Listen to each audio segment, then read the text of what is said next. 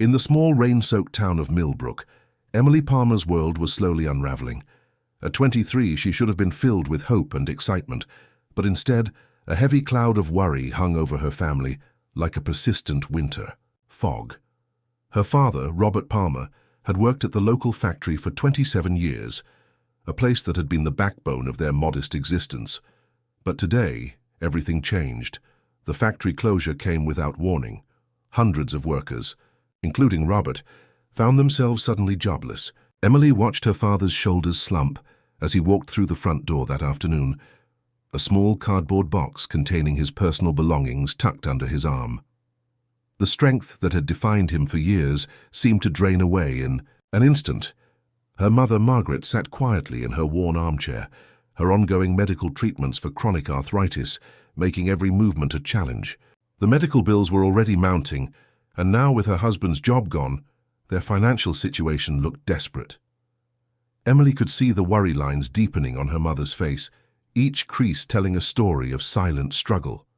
Every evening, Emily would sit by the window of their small two-bedroom house, watching the rain tap against the glass. The sound seemed to echo the rhythm of her racing thoughts.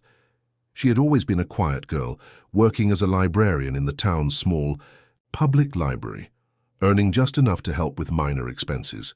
But now everything had changed. The library had been her sanctuary. Books were more than just pages to Emily. They were windows to different worlds, possibilities beyond the narrow streets of Millbrook. She had dreams once, of furthering her education, of helping her family break free from their constant financial struggles. But dreams cost money, and money was something they had less of with each passing day. Her father tried to remain positive. "We'll figure something out," he would say, but his voice lacked conviction. Emily knew the job market in their small town was almost non-existent. Factories were closing, businesses were struggling, and opportunities were rare. She would catch her father looking at job advertisements, his reading glasses perched on the edge of his nose, hope fighting against growing desperation. Margaret's medical treatments were their biggest concern. The arthritis was progressive, and each month brought new challenges. Her medications were expensive, and without health insurance, every prescription was a financial mountain to climb. Emily would often help her mother with her medications, carefully measuring out pills, helping her move from chair to bed, watching her strong mother become increasingly dependent. At the library, Emily tried to maintain her composure. Her colleagues noticed her distraction, the way her eyes would sometimes fill with unshed tears when she thought no one was looking. She took extra shifts, volunteered for every available hour, knowing that every additional pound could make a difference for her family. The local community was not untouched by these struggles. Millbrook had been a thriving industrial town decades ago, but now it felt like a shadow of its former self. Factories stood empty, shops were boarded up, and hope seemed to be a rare commodity. Emily would walk through the town, seeing the same desperation in other families' eyes that she felt in her own home. Her younger brother, James, was completing his final year of school. He had dreams of going to university, but those dreams seemed to be slipping away with each passing month. Emily knew she would do everything in her power to support him, to ensure he had opportunities she never had. As winter approached, the heating bills added another layer of worry. Their small house, which had always been a place of warmth and love, now felt like a constant reminder of their fragile existence. Emily would wrap herself in her mother's old knitted blanket, calculating and recalculating their limited resources, trying to find some miracle solution. But Emily was not one to give up easily. Behind her quiet demeanor burned a spirit of determination. She knew that somewhere, somehow, there had to be a way forward. The nights might be long, the challenges might seem insurmountable, but she believed in the power of hope, in the strength of family, and in her own ability to create change. Little did Emily know that her greatest challenge and her most remarkable journey was just about to begin. The community center's bulletin board had always been a place of local announcements, job postings and lost pet notices. But on that crisp autumn morning, something caught Emily's eye. A scholarship program designed for families facing economic hardship. Her fingers trembled as she carefully read the details. her heart racing with a mixture of hope and uncertainty. The saw. Scholarship wasn't just about money. It promised educational support, mentorship, and a chance to break the cycle of financial struggle that had defined her family's life for so long. Emily knew the competition would be fierce. Hundreds of applicants from similar struggling families would be applying, each with their own story of hardship and hope. That evening, she spread the application forms on the kitchen table. Her father watched silently, a mix of pride and concern in his eyes. Margaret adjusted her glasses, helping Emily read through the fine print. James, her younger brother, brought her a cup of tea, a simple gesture that spoke volumes about their family's unity. The application required more than just financial information. It demanded a personal essay, a chance to tell their story, to explain why this opportunity meant everything. Emily spent weeks crafting her words, each sentence a careful balance between vulnerability and strength. She wrote about her father's dedication to his now-lost factory job, her mother's ongoing medical challenges, and her own dreams of creating a better future for her family. At the library where she worked, Emily began staying late. Between shelving books and helping patrons, she would work on her application. Mrs. Thompson, the elderly head librarian, noticed her determination. "You've got something special," she would say, bringing Emily extra cups of tea and offering gentle encouragement. The local community seemed to sense something was happening. Neighbors would stop Emily on the street, offering words of support. Mr. Jenkins from the corner shop would slip her an extra sandwich, understanding the struggle without saying much. Millbrook might be a town of limited opportunities, but it was rich in human compassion. Her brother James became her biggest supporter. He would help her proofread, offer suggestions, and believe in her when doubt crept in. "You can do this," he would say, his young voice filled with unwavering faith. Emily realized that this scholarship was about more than just her. It was about hope for their entire family. The application process was grueling. Each section required careful thought, each question a potential gateway to a different future. Emily documented their financial struggles, her academic achievements, and her commitment to her family. She included letters of recommendation from her library supervisor, her school teachers, and community leaders who had witnessed her dedication. Nights became a blur of writing, researching, and preparing. Her mother would sit nearby, offering quiet support, her arthritic hands occasionally helping to organize documents.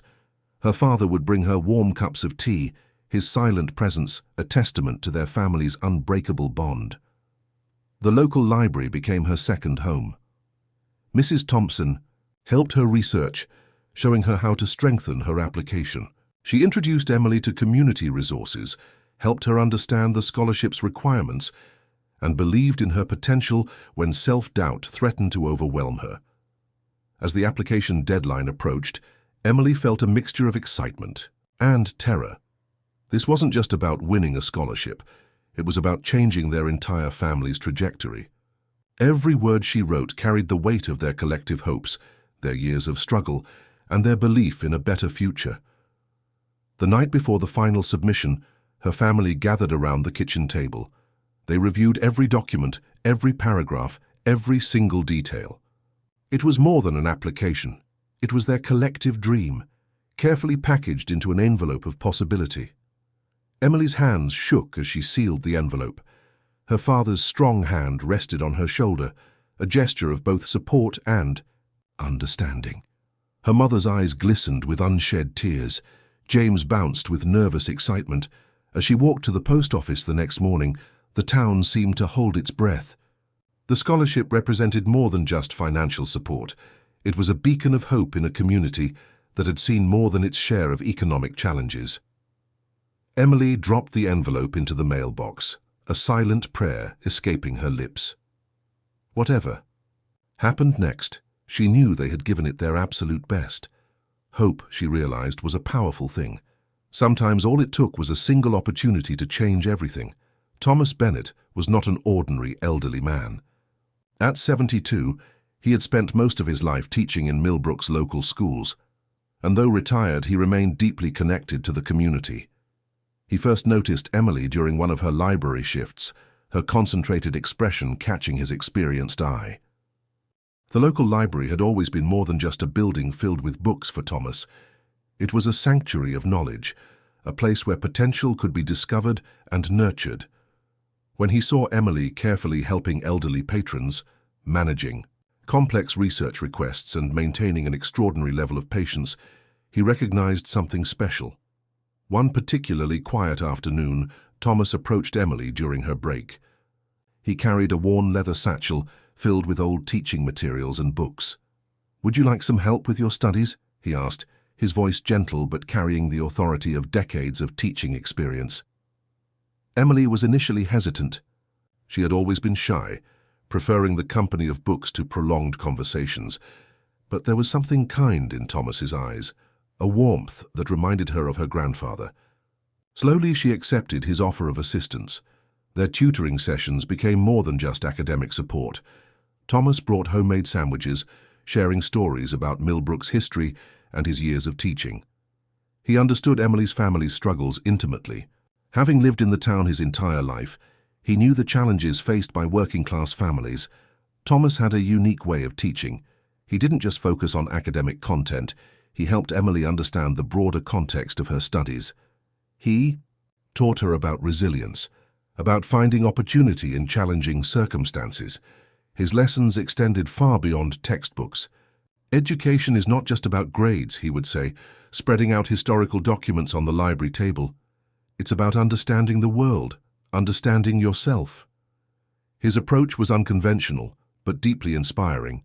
He helped Emily see her potential beyond her current circumstances. The local community began to notice their unusual friendship. An elderly retired teacher and a young library worker, spending hours discussing history, literature, and life. Mrs. Thompson, the library supervisor, would smile knowingly, recognizing the transformative power of mentorship. Thomas's support wasn't just academic. He helped Emily's family in subtle ways. He would drop off fresh vegetables from his garden, bring warm bread from the local bakery, and offer quiet advice to her father about finding new employment opportunities. Emily's mother, Margaret, was particularly touched by Thomas's kindness. Despite her physical limitations, she would prepare tea when Thomas visited, engaging in conversations about local history and education. These moments brought a sense of hope and connection to their struggling household. Her brother James looked up to Thomas as a grandfather figure. Thomas would share stories about his teaching days, inspiring James to take his own education seriously. He became a role model, showing that age was not a barrier to making a difference. The scholarship application consumed much of their tutoring time. Thomas helped Emily refine her essays, offering insights into how to effectively communicate her family's story. He taught her the art of turning personal struggle into a narrative of hope and potential. "Every challenge is an opportunity," Thomas would repeat, his eyes twinkling with wisdom. "Your story is not about where you are, but where you can go." These words became a mantra for Emily, reshaping her understanding of her own potential. Their tutoring sessions were not just about academic preparation. They were about building confidence, understanding systemic challenges, and developing strategies for personal growth. Thomas saw in Emily a reflection of countless students he had taught.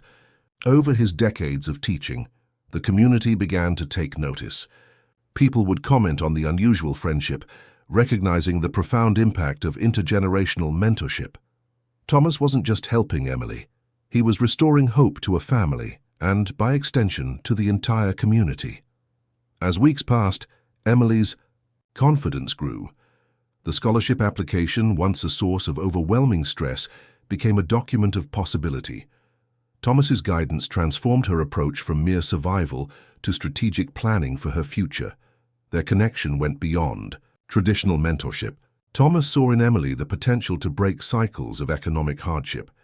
He understood that education was the most powerful tool for social mobility, and he was committed to helping her succeed. The day they completed the final draft of her scholarship application, a sense of shared accomplishment filled the library. Thomas's eyes were bright with pride, Emily's hands steady with newfound confidence. They had done more than prepare an application. They had built a bridge to a potentially transformative future. The scholarship interview day arrived with a weight of anticipation that seemed to hang in the air like thick morning fog. Emily stood in front of the mirror, wearing her mother's carefully preserved blue blazer, a reminder of better times and family hope.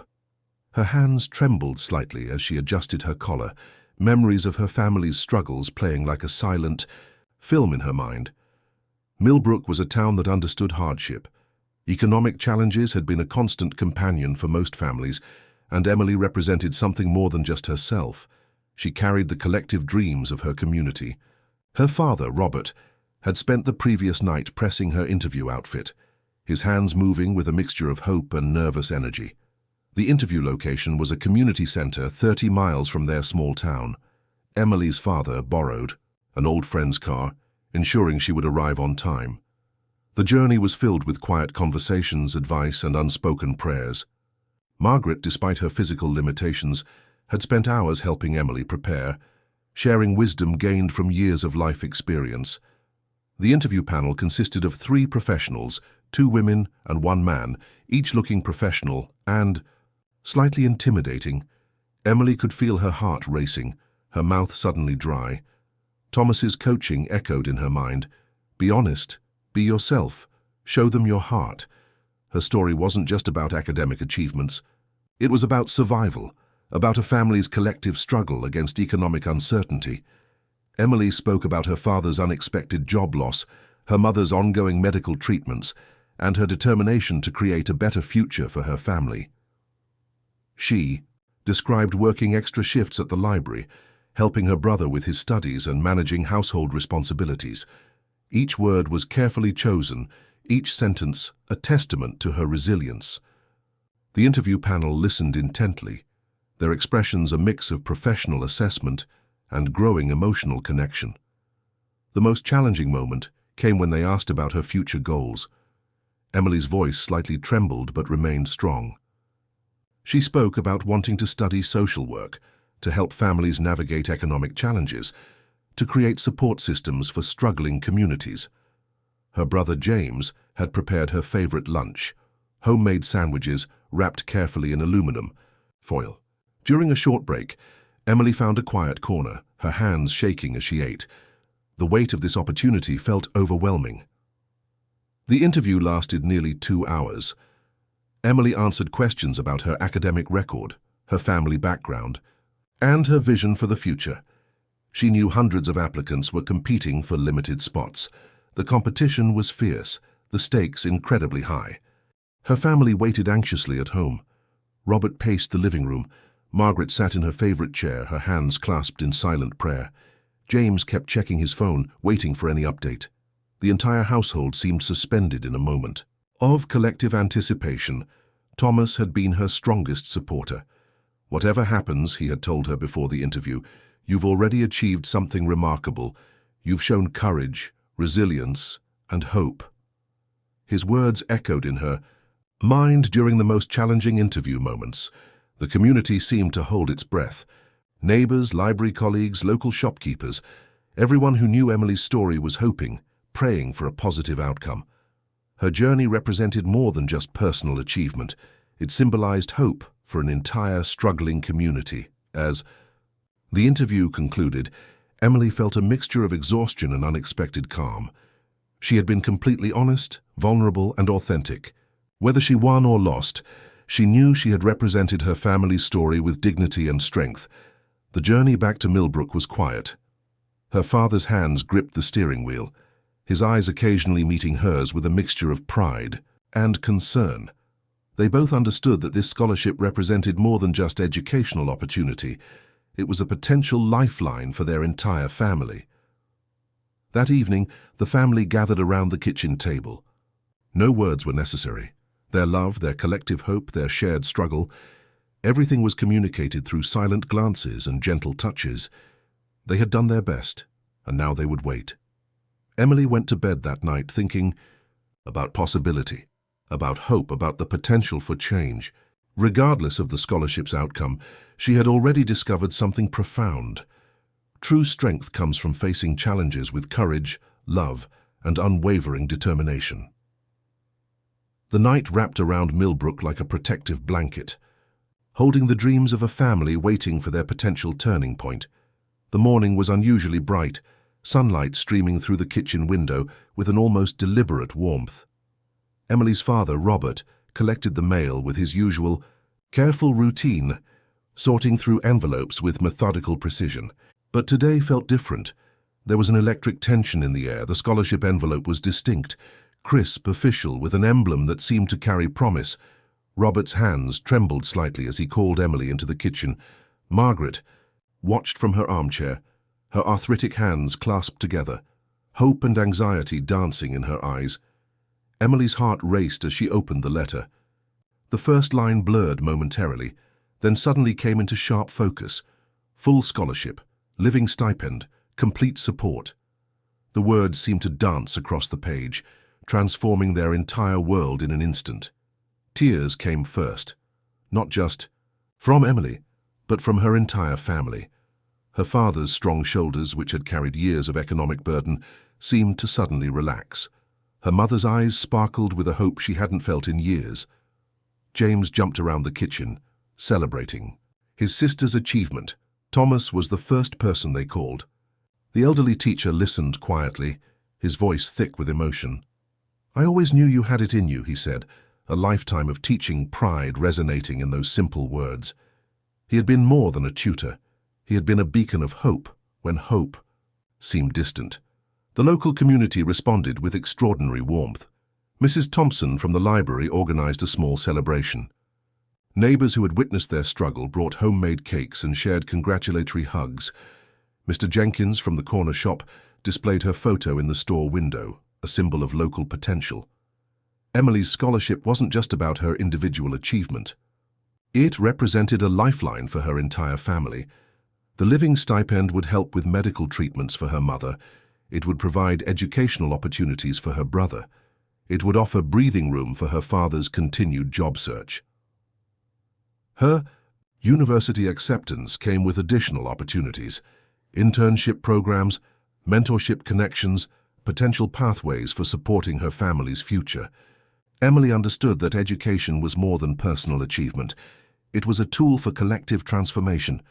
The local newspaper ran a story about her journey. Local library worker wins prestigious scholarship. The headline captured the imagination of Millbrook. Young people began to see education as a realistic pathway, not just a distant dream. Emily became an unexpected role model. Her first few months at university were a whirlwind of learning and adaptation. She excelled academically, but never forgot the lessons learned in Millbrook, about resilience, about family, about community, support. Every achievement was a tribute to her family's collective struggle. Thomas continued to be her mentor, now through weekly phone calls and occasional visits. He would share wisdom, offer guidance, and remind her of the broader purpose of education. "You're not just learning for yourself," he would say. "You're learning to create change." Margaret's health gradually improved. The additional financial support allowed for better medical treatments, more consistent care. Robert found part-time work, his spirit renewed by his daughter's success. James became more focused on his own studies, inspired by Emily's journey. The scholarship was more than financial support. It was a recognition of human potential. It demonstrated that with the right support, with community backing, with personal determination, extraordinary transformations were possible. Emily never forgot the small moments that defined her journey. The library shifts, Thomas's sandwiches, her mother's quiet encouragement, her father's unwavering support. Success, she realized, was a collective achievement. During her first university holiday, returning to Millbrook felt like coming home to a transformed landscape. The same streets, the same houses, but everything looked different through her. New perspective. Hope, she discovered, was the most powerful catalyst for change. Her story spread beyond Millbrook. Other struggling families saw possibility. Other young people began to believe that their circumstances did not define their potential. Emily had become more than an individual success story. She was a symbol of resilience. Years later, reflecting on her journey, Emily would always return to a simple truth. Success is not about individual achievement, but about lifting those around you. Her scholarship was not an endpoint, but a beginning, a promise of potential, a testament to the extraordinary power of human spirit.